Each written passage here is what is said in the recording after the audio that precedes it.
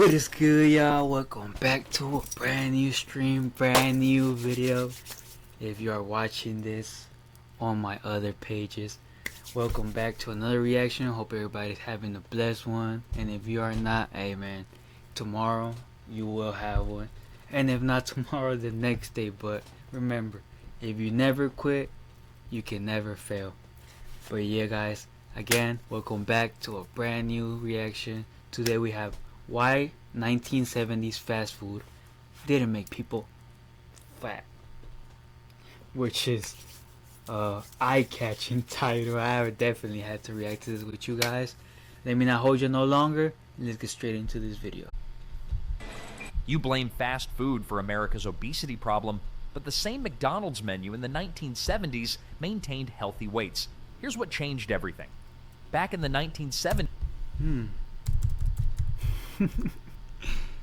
What is he trying to say, man? Is he trying to say that people are at fault right here for overeating? Or has a formula really made these people gain weight? Let me know, man.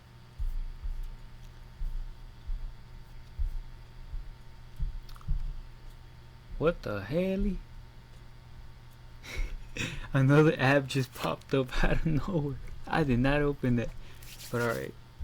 Like I was saying, do you guys think that is the people or is the food that is the problem? Hey, I'm not judging at all.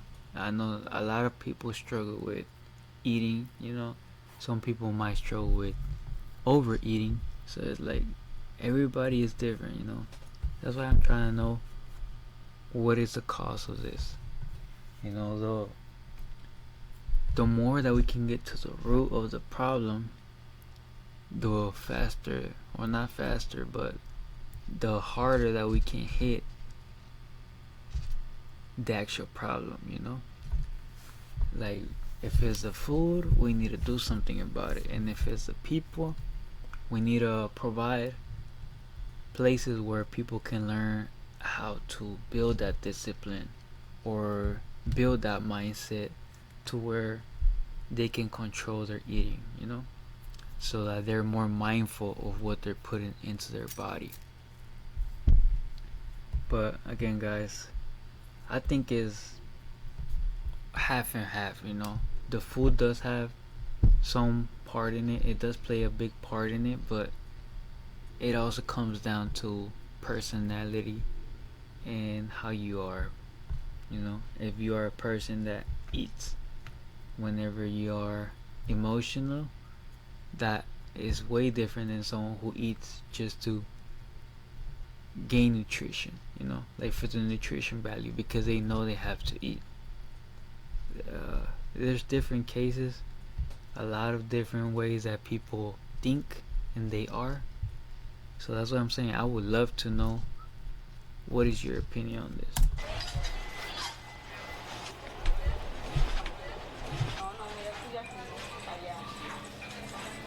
you blame fast food for America's obesity problem, but the same McDonald's menu in the 1970s maintained healthy weights. Here's what changed everything. Back in the 1970s, ordering a large drink at McDonald's meant getting 16 ounces of soda. Today's small is 16 ounces. The medium, a whopping 21 ounces. And don't get me started on the large, 32 ounces of liquid sugar that would have seemed absolutely ridiculous to someone.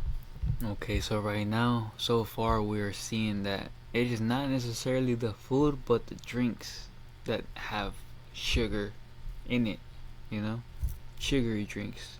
Because if we're being honest, sugar is like the most common drug. Yeah, sugar can be a drug, yeah. If you did not know that, now you know that. But yeah, sugar can for sure be a drug. If you consume a lot of sugar, you know, it does become an addiction. Whether it's through soda, candies, you know, any other way that you can consume it becomes addicting. So you have to be mindful of that too. Someone grabbing lunch in 1975. But here's And I can see why that would be the cause of it more than the food. Because the food, yeah, it has maybe not as much nutritional value as ordinary food, like homemade food, compared to fast food. But I see that the drink can play a big part in it. That's why you're drinking 0 sugar, 0 calories, sparkling water. where it gets And this is Sweden. Like, if you want to look for a better alternative instead of sodas, this is the way to go, man. I don't really drink soda, but whenever I want something carbonated for when I'm eating, because it makes you digest the food better. That's why I choose a sweetened sparkling water instead of some soda. really wild. The original That would be the easiest step for you guys to take if that's something that you want to consider doing. You know, instead of drinking soda, you can start with sparkling water and then completely go to just water, which is what I usually do. McDonald's fries, their regular size, contained roughly the same amount of potatoes as today's small order. What they called a large back then, smaller than today's medium. The supersize that dominated the 90s, nearly triple what people considered a normal portion in the disco era. So it is not just sodas, but it's more about portion. Okay. Burgers tell the same story, just with more beef involved. A Big Mac in 1975 was noticeably smaller than today's version. Quarter pounders were actually closer to what we call sliders now. Thinner patties, modest buns. Wow, quarter pounder was a slider. That is just like a little thing like that. And simple toppings like ketchup, mustard, onions, and maybe a pickle if you were feeling fancy. No triple stack monsters drowning in 17. I get it though, like if you're eating small portions, even if you eat, let's say 2-3 times a day, it won't be as like today whenever you eat a burger like that. Like a quarter pounder in today's age, if you ate 3 of those compared to back then, it's like if you ate like 6 of the ones back then. Cause I'll say 2 of the ones from the back in the day equals 1 from today. So I'm noticing a pattern. It's more about portion than the actual food. Different sauces. Then And it makes sense. Everything comes down to calories. there's the sneaky truth about what restaurants called their sizes. A 1970s large meal at most fast food chains contained fewer calories than today's medium. You see what I'm saying? It all comes down to calories. Like, the portion is smaller and it has less calories. You can eat more of it and be healthier. Combo. Healthier, because fast food has no nutrition, to be honest. So that's why I'm saying healthier. Because you won't gain weight, but you won't be getting the nutrition your body needs. Makes sense, right? Except somewhere along the way, our brains got rewired to think these massive portions were normal. The psychology behind this shift wasn't accidental. When restaurants realized they could charge slightly more for dramatically larger portions, profit margins improved. Customers. Wow. And they did this for profit. See what I'm saying? It's like, these companies don't care about health. They care about making money. And that's all that matters to them. Felt like they were getting incredible value. Meanwhile, our stomachs slowly stretched to accommodate these new normal sizes It gets used to without us even new noticing. portions. Consider this. The average fast food meal in 1975 contained roughly 350, 400 calories. Today's equivalent meal, often pushing 800, 1,000 calories before you even add the fries and drink. We're talking about doubling the energy intake from what used to be considered a satisfying meal. Well, portion sizes were just the beginning of how different fast food used to be. The ingredients themselves tell an even more fascinating story, one that goes way beyond just making things bigger. But the weird part is how these changes happen so gradually that most people never notice the transformation taking place right in their drive-through orders. What made those smaller portions actually satisfying instead of leaving people hungry? The answer lies in something most fast food companies abandoned decades ago, and it has everything to do with how they prepared the food itself. Walk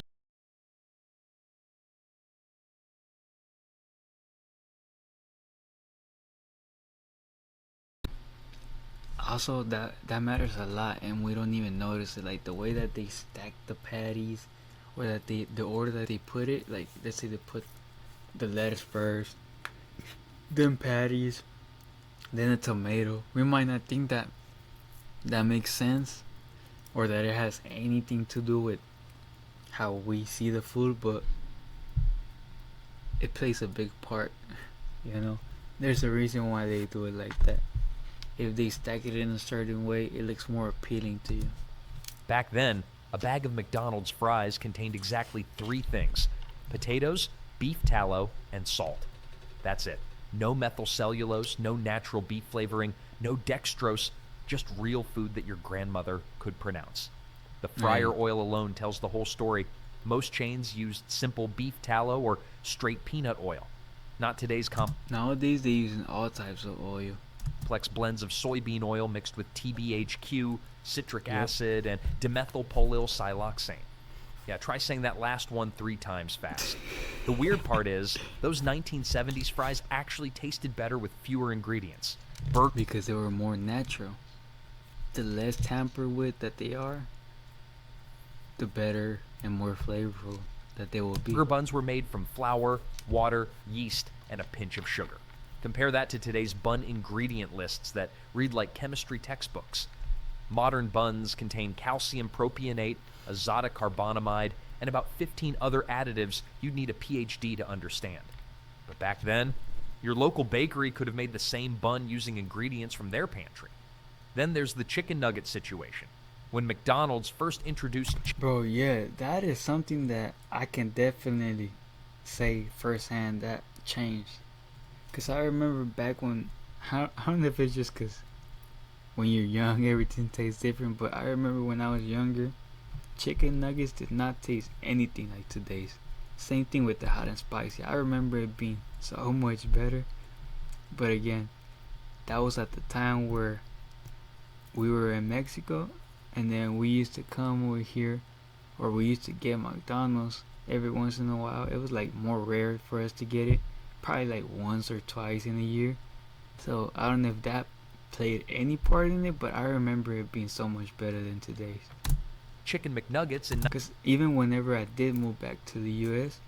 and we were living here, you know, when I first got here, it tasted so much better than today. 1980, they contained I don't know if any of you guys agree with that. under 10 ingredients. Real chicken, flour, seasoning, oil for frying. Done. Today's nuggets, over 30 ingredients, including autolyzed yeast extract and sodium phosphates. It's like they took a simple recipe and decided to complicate it just because they could. Let's not forget potato chips, which were basically edible perfection in their simplicity. Lay's famous slogan wasn't lying, bet you can't eat just one, because they were made from potatoes, oil, and salt. No artificial flavors, no MSG, no mysterious, natural flavoring. The chips were addictive purely because they tasted good, not because they were engineered in a lab to trigger specific brain responses. Even the preservatives were minimal.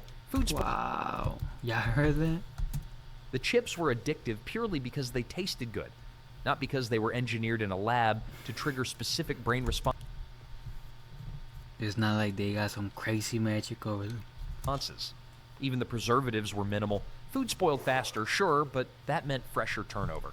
Restaurants couldn't let items sit around for weeks because they'd actually go bad. This forced better inventory management and fresher food. Revolutionary thinking, apparently. The shift happened gradually, so most people didn't notice when ingredient lists started growing longer. Companies discovered that adding stabilizers meant longer shelf life. Flavor enhancers meant stronger taste. Emulsifiers meant better texture. Each addition seemed logical from a business standpoint, but the cumulative effect transformed simple recipes into chemical formulas. What's fascinating is how this ingredient creep coincided with other major changes in the industry. Because while restaurants were busy complicating their recipes, something even more dramatic was happening with their portion sizes and sweeteners. The real villain in today's fast food story might surprise you. It's not just bigger portions or more processing, it's something that didn't even exist in most 1970s fast food.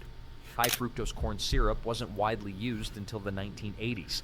Bro, and now that is everywhere. Any fast food place that you go to, they using that type of, you know, all those types of seed oils, which corn means an syrup. entire generation grew up without this stuff flooding their system. It's like, bro, Back then, sugar was you sugar. can't escape it. Plain old cane sugar or beet sugar, used sparingly because it actually cost money. A typical soda contained real sugar, and honestly, companies didn't dump nearly as much of it into everything. The sweetness level was more like a gentle nudge rather than today's full contact sugar assault. Here's where things get weird. In the 1970s, you could actually taste the other ingredients in your food because they weren't masked by layers of corn syrup sweetness. That McDonald's ketchup? Less sugary? The burger buns? They tasted like bread, not cake. Even the sodas had a cleaner, sharper taste that didn't leave you craving more with. Bro, that's what I'm telling you guys. Everything seems to have changed. Like, even sodas, they changed their recipe. It's crazy. And you might not notice it, but if you really think about it, if you like actually try to taste test it, oh shit! What the hell? My bad. If you actually try to taste test it, you will definitely notice a difference between back in the day and nowadays. Minutes. But the really sneaky part is where sugar started hiding. Today's fast food is loaded with hidden sweeteners in places you'd never expect. The chicken sandwich has sugar in the marinade. The salad dressing is basically liquid candy. Even the French fry seasoning contains sweeteners. In the 1970s, this wasn't happening on nearly the same scale. The shift to high fructose corn syrup changed everything, and not just because it was cheaper to produce. This stuff processes differently in your body than regular sugar does. It doesn't trigger the same fullness signals, which means you can consume way more calories without feeling satisfied. Makes sense why people started getting hungrier faster after meals, right? Then there's the domino effect nobody saw coming. Once corn syrup became the standard sweetener, food companies realized they could make everything taste better by adding more sweetness. Suddenly, unsweetened foods started tasting bland by comparison. Your taste buds literally adapted to expect higher sugar levels in everything. Well, the 1970s fast food eater would probably find today's regular Coke overwhelmingly sweet. Their medium fries would taste like dessert to someone from that era. The base What the hell? buds literally adapted to expect higher sugar levels in everything. See what I'm saying? It's like they're programming us. Well, I'm saying us because they're trying it on everybody. But yeah. Nah, for real, like, in all seriousness, they're really trying to program the public to think that high portions, or large portions, I mean, and high sugary drinks are normal when it is not. It is not. That's why America is how it is with the health, you know, with the obesity rates, with all of that, man. Well, the 1970s fast food eater would probably find today's regular Coke overwhelmingly sweet. Their medium fries would taste like dessert to someone from that era. The baseline for what tasted normal was completely different and arguably much healthier. And the weird part is, people back then weren't walking around complaining that their food was too bland or boring. They were perfectly satisfied with flavors that weren't artificially enhanced with sweeteners. Bro, 'cause it was natural food. Who's gonna complain about good food, But man? sugar wasn't the only thing that was simpler and more recognizable in 1970s fast food. The actual core ingredients told a completely different story too. Walk into a fast food joint in the 1970s and you'd taste something we've almost forgotten. Real food made with real ingredients. Those milkshakes, they came from actual milk and ice cream, not some chemical powder mixed with artificial thickener. I mean, bro, we are seeing the path right here. Everything that was once real, that was once naturally flavored. Shut the fuck up, Plane. Everything that was once naturally flavored, it is now turned artificial. Walk into a fast food All joint because what? It cost them less money. in the 1970s and you'd taste something we've almost forgotten. Real food made with real ingredients. Those milkshakes, they came from actual milk and ice cream, not some chemical powder mixed with artificial thickeners. The machine would whir, blending cold dairy into thick, creamy perfection that coated your straw. Your Snickers bar had honest-to-goodness chocolate and whole peanuts you could see and crunch. No natural peanut flavor or chocolate-flavored coating. Just the real deal. The weird part is how we got so used to fake flavors that we forgot what authentic taste actually means. Burgers were refreshingly simple back then. Ground beef, a sprinkle of salt, maybe some pepper. That's it. Hey, sometimes simple is better. That's what we need to learn, because I see all these places try to overcomplicate things, and hey man, sometimes it tastes good, but you can never go wrong with a authentic, simple burger.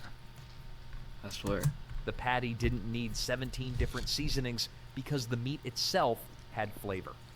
Buns were basic white bread rolls, not sugar-loaded vessels pumped with dough conditioners and preservatives. Then there's the vegetable. Hey yo, we had 6 out of 25 followers.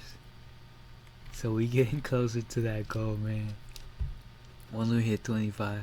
Yeah, see what it says right there. We waxing our leg. Ah. And I do not want to do that, cause fuck. I know it's gonna stain when it right. Ah.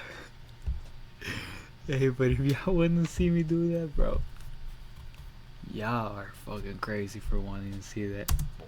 Remember when fast food Hit chains that follow, actually chopped man. onions in the 25 restaurant? followers The if y'all smell wanna would see hit that. you as you walked in, sharp and fresh. Tomatoes came in crates, not pre-sliced packages that had traveled across 3 states. Some McDonald's locations still diced their onions by hand until the late 1980s. Can you imagine that today? Wow, made in-house. But here's where it gets interesting. Fried chicken joints took genuine pride in their breading process. Cooks would hand dip each piece in flour, eggs, and spices you'd recognize from your grandmother's pantry. No sodium phosphates or modified cornstarch, just flour, salt, pepper, and maybe some paprika for color. The chicken actually tasted like chicken, enhanced by simple seasonings instead of masked by chemical flavor boosters. Let's not forget how these ingredients work together. When everything was real, flavors complemented each other naturally. Your fries tasted like potatoes because they were potatoes. Your shake was sweet because it contained actual sugar and vanilla, not high fructose corn syrup and vanillin. The preparation methods made a difference too. Cooks had to rely on their senses, watching, smelling, timing, because automated systems hadn't taken over yet. Food got made when you ordered it, not reheated under heat lamps after sitting for hours. Makes sense why people remember fast food tasting better back then, right? When your ingredients list reads like a chemistry textbook, you've probably strayed pretty far from food. But why did companies abandon these real ingredients for artificial alternatives? Well, that story involves something far more concerning than just changing recipes. It's about changing priorities entirely. Fast food in the 1970s wasn't something you grabbed on your way to work every morning. It wasn't your default lunch option either. Most families treated McDonald's or Kentucky Fried Chicken like going to a fancy... It was more of like a luxury. And to be honest, if you do that, that's what I'm saying. That's probably why it tasted so much better, because we rarely had it. restaurant. Something special that At that happened maybe time. once a week, if that. Your mom didn't pull into the drive-thru because she was too tired to cook dinner. She cooked dinner Not him throwing shit. every single night. The kitchen was the heart of the home, not some dusty room where you stored takeout containers. Families planned their fast food visits like mini events. Maybe we'll get burgers this Saturday after Jimmy's baseball game. It was a reward, I not a was about to routine. say, it's more like a Drive-thru treat. You're treating yourself to something. Crews were still this fascinating new concept that felt almost futuristic. You'd pull up to a speaker box and talk to someone inside the building. Wild stuff. Most people still walked inside to order because the whole drive-thru thing seemed too weird or impersonal. The idea of eating 3 meals a week from your car window would have sounded absolutely insane. Then there's the simple fact that fast food chains weren't everywhere yet. You couldn't find a McDonald's on every corner like today. Some towns had one burger joint. So McDonald's was less popular back then, I guess.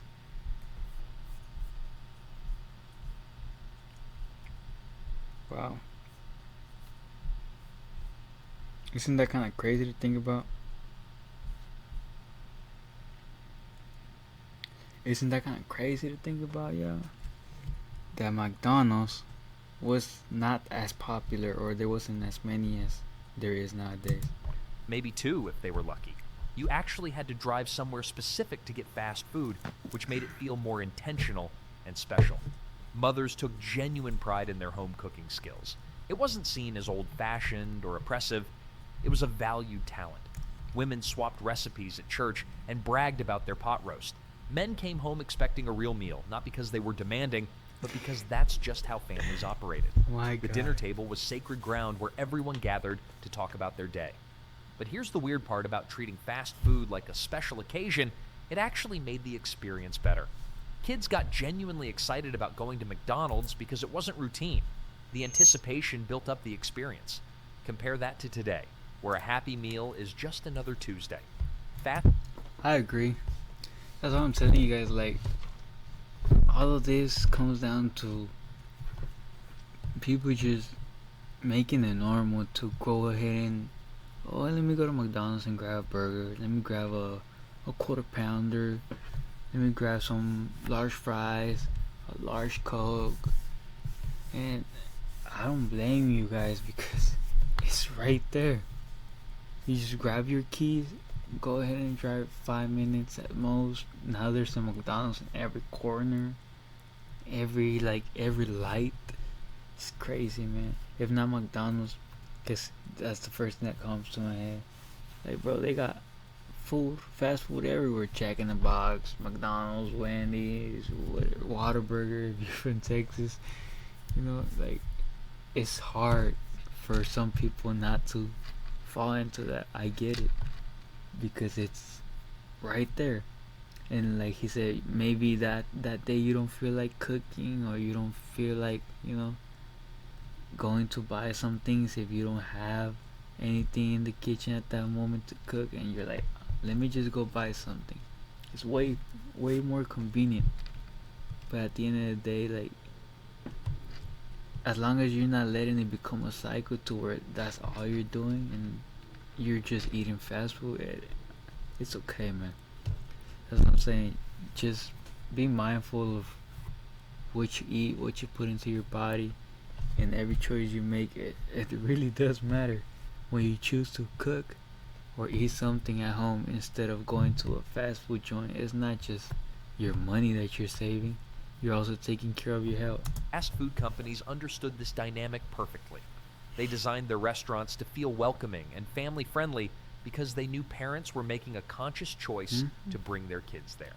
The red and yellow colors, the playground equipment, the birthday party packages, everything was 'Cause crafted for families. nowadays everything is just gray, black and white.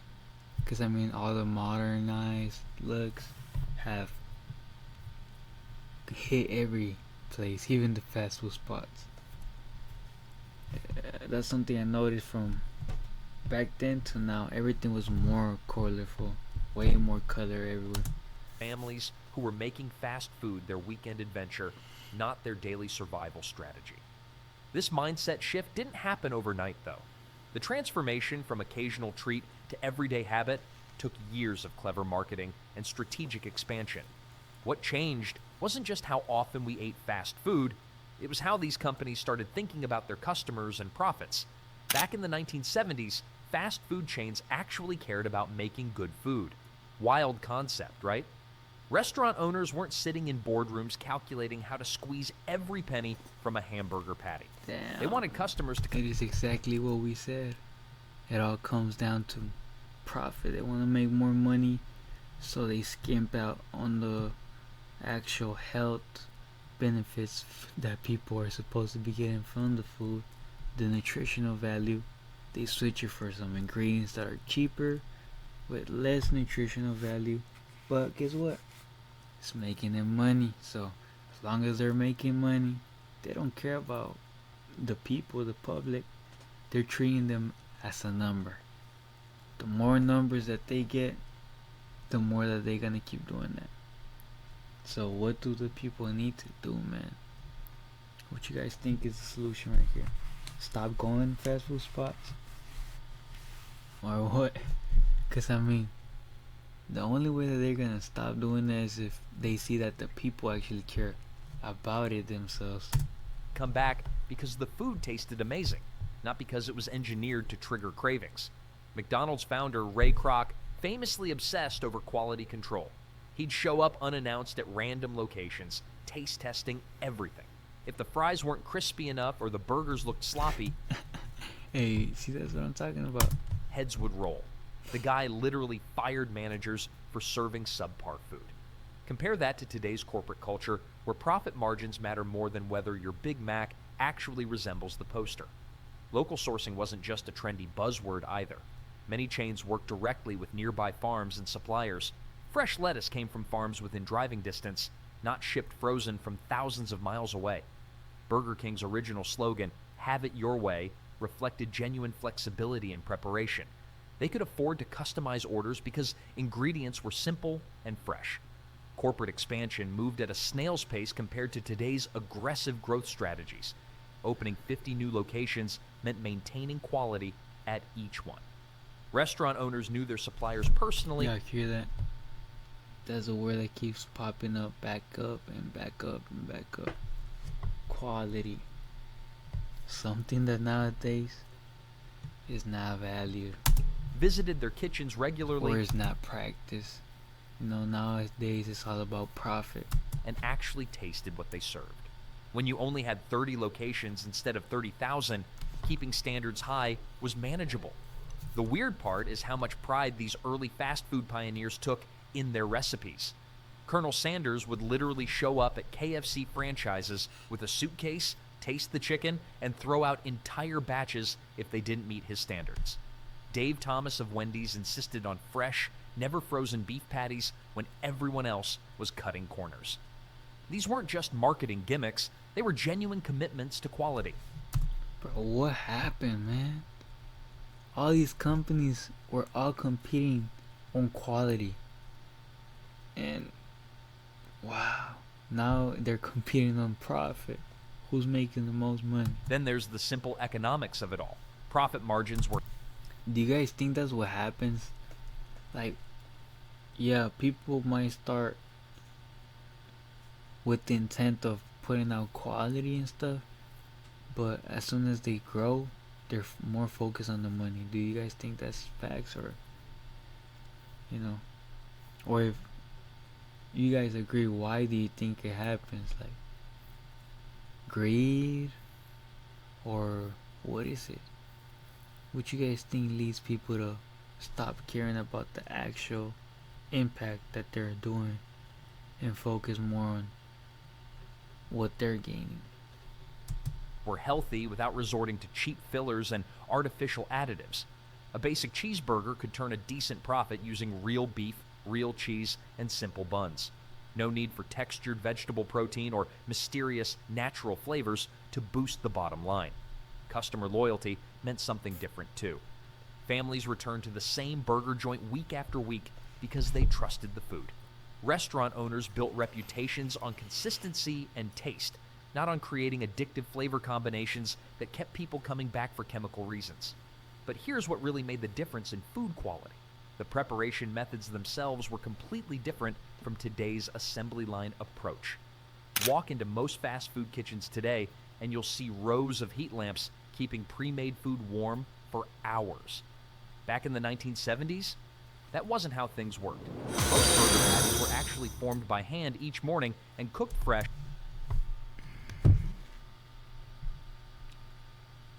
Jesse Rare, hey, appreciate the follow, brother.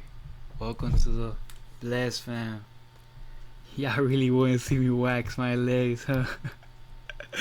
You are the number 7 follower, bro, out of 25. We are getting closer each and every time. When you ordered.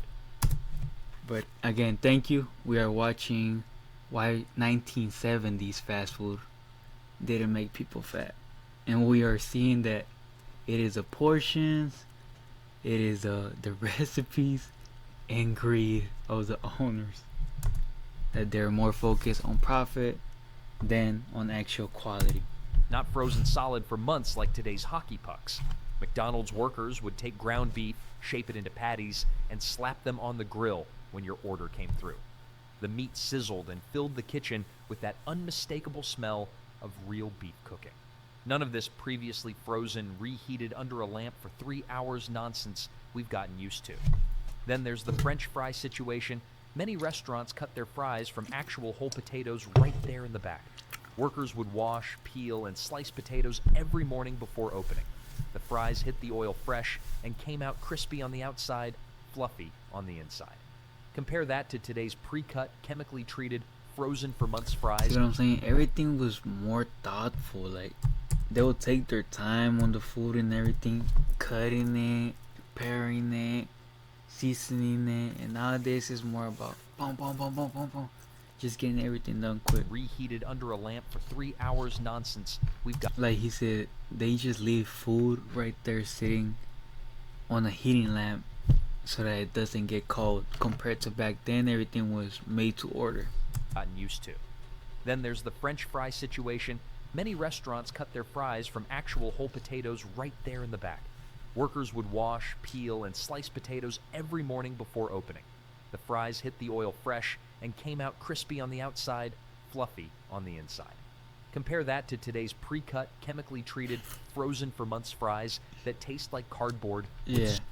Have y'all noticed that if you don't eat your fries right away, like let's say you leave them out for not even an hour, they'll be hard as a rock? That is not normal, man. I don't think those are actual potatoes. Salt. Let's not forget the vegetables. Salads weren't assembled days ahead and stuffed in plastic containers. Restaurant staff chopped lettuce, sliced tomatoes, and prepped vegetables fresh each morning. The produce looked vibrant and actually tasted like something. Crazy concept, right? The weird part is how cooking actually required skill back then. Cooks had to time everything perfectly without computerized systems beeping at them.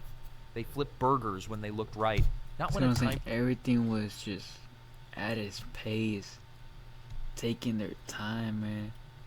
They were just looking at it. Okay, this one still needs a little bit. Let's give it more time. And people were not rushing them either for their food. They were patient, just waiting to get their order. You know what I'm saying? Timer told them to. French fries came out when they sounded right in the oil.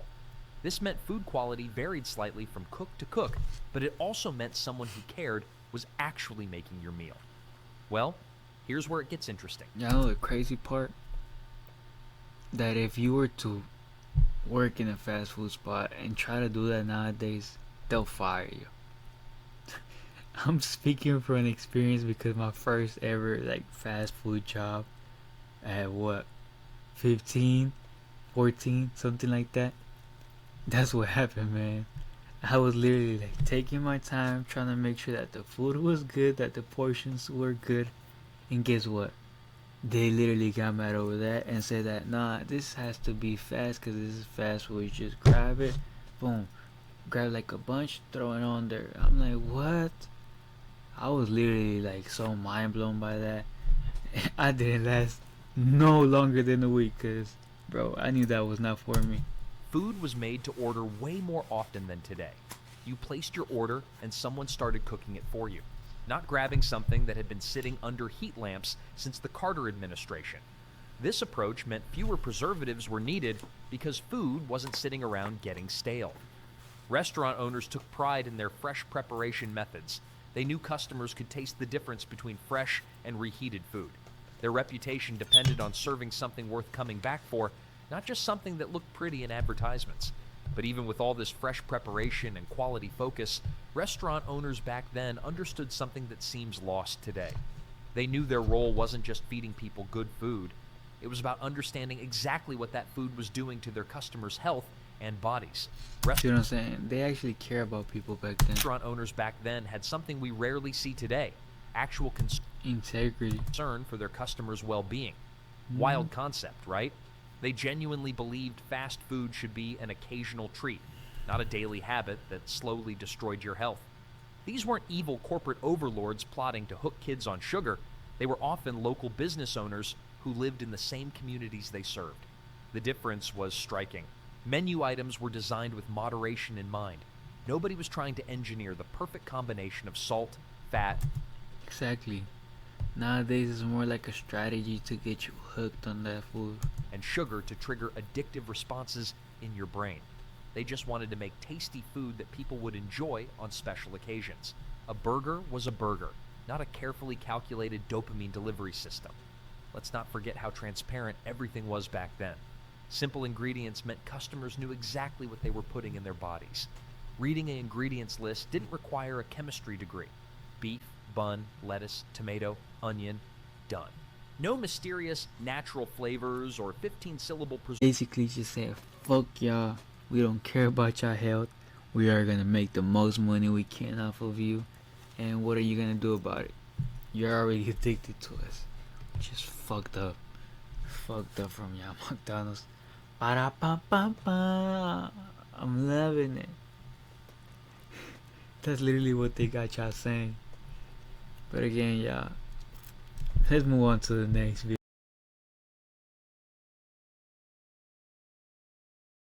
I hope you enjoy this video. Make sure to hit that like, comment, and subscribe. Check out my links down below, and I'll see you guys in the next ones.